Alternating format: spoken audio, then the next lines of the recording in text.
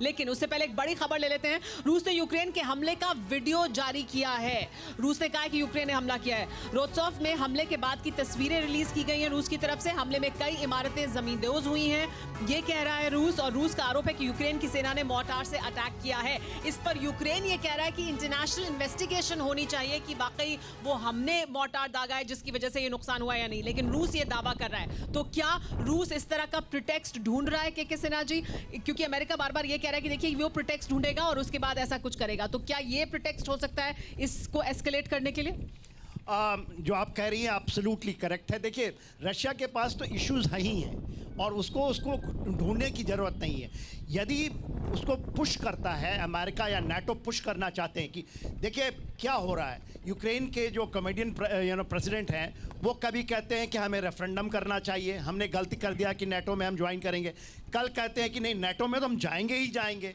Minsk two agreement को हम मानते नहीं।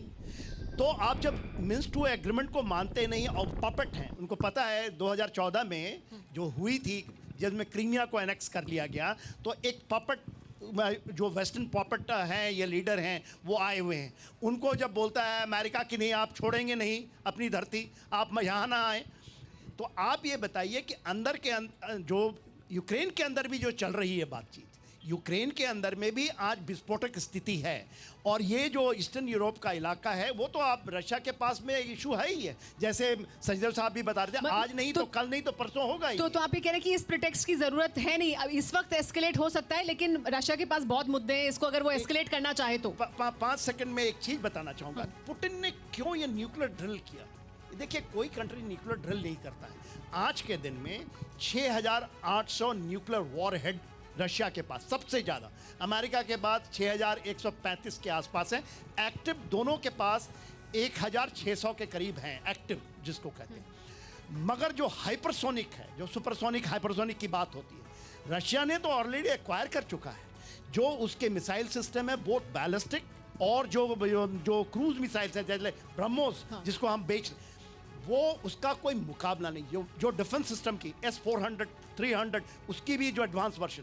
तो देखिए, जो स्ट्रैटेजिक फोर्सेस हैं, जो साइबर स्पेस कमांड की बात करते हैं, तो रशिया इसको दिखा दिया पूरे वर्ल्ड में। ये चीज़ें आती नहीं थी। ये तो उससे हासिल क्या हुआ अभी इस वक्त दिखाने का क्या मतलब? ताकत दिखाई है उसने अपनी। देखिए, मल्टीपोलैरिटी में जब आप जाइएगा तो आपको एक चीज़ तो दिखाना ही पड़ेगा। दूसरा, जो सबसे बड़ा गेम चल रहा है, जो बोरा साहब बता रहे थे और हमारे भाई उधर जो लास्ट में बैठे हमारे कलीग बता रहे थे, देखिए पूरा का पूरा जो गल्फ ऑफ फिनलैंड देखती हैं, बाल्टिक सी के ऊपर से जो ये 2 लाइनें जा रही हैं, नॉर्मन स्ट्रीम 1 और 2। 1 तो कमीशनिंग है, 2 की कमीशनिंग की बात कर रहे हैं। और पूरा का पूरा जर्मनी एब्सोल्युटली इसके पीछे है।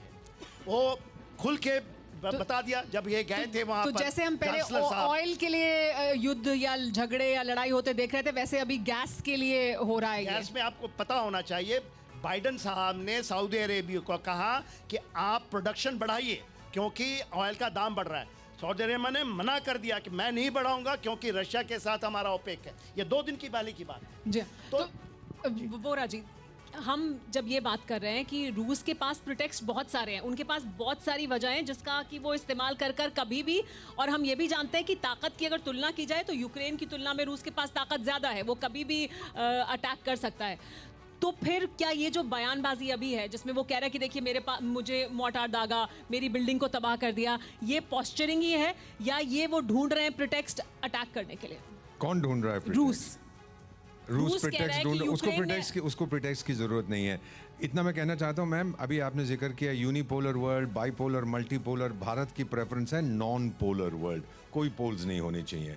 दूसरा आपका प्रश्न था, रॉबिन साहब जो बहुत माहिर हैं, उन्होंने अमेरिकन फॉरेन पॉलिसी की बात की। किसी ने मुझसे पूछा था, ambassador what do you think of American foreign policy? मैंने जवाब दिया, it will be a good idea if they had any foreign policy. और तीसरी चीज़, ये जो इस समय चल रहा है मैम, 19वीं शताब्दी में एक ग्रेट गेम कहते थे ब्रिटिश उसको, between British empire and Russian empire, central Asia में।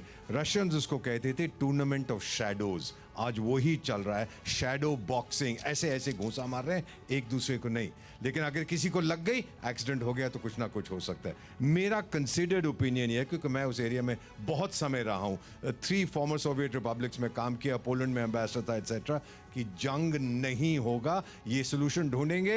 और आपको बता भी देता हूं, अरे नेटो वालों अगर मेरी बात सुन रहे हो तो सुनिए, ये एक डिक्लेरेशन करिए कि 30 साल के बाद यूक्रेन की मेंबरशिप को फिर से हम कंसिडर करेंगे। पुतिन साहब आप कहिए 30 साल तो मैं रहूंगा नहीं, उसके बाद देखी जाएगी। और यूनाइटेड स्टेट्स बोलेगा चलिए समझौता हो गया, सब घर जाइए और भांगड़ा नाचिए। लेकिन इतनी आसानी से क्या ये हो पाएगा या नहीं, इस पर बात करेंगे। संदीप, आपकी मैं प्रतिक्रिया लूंगी। संदीप बहुत मुस्कुरा रहे हैं, लेकिन उससे पहले एक बड़ी खबर, हालात क्या बने हुए हैं रूस यूक्रेन के तनाव की वजह से, उसको दर्शाती है। परवाह देश की, सोमवार से शुक्रवार रात 10 बजे TV9 भारतवर्ष पर।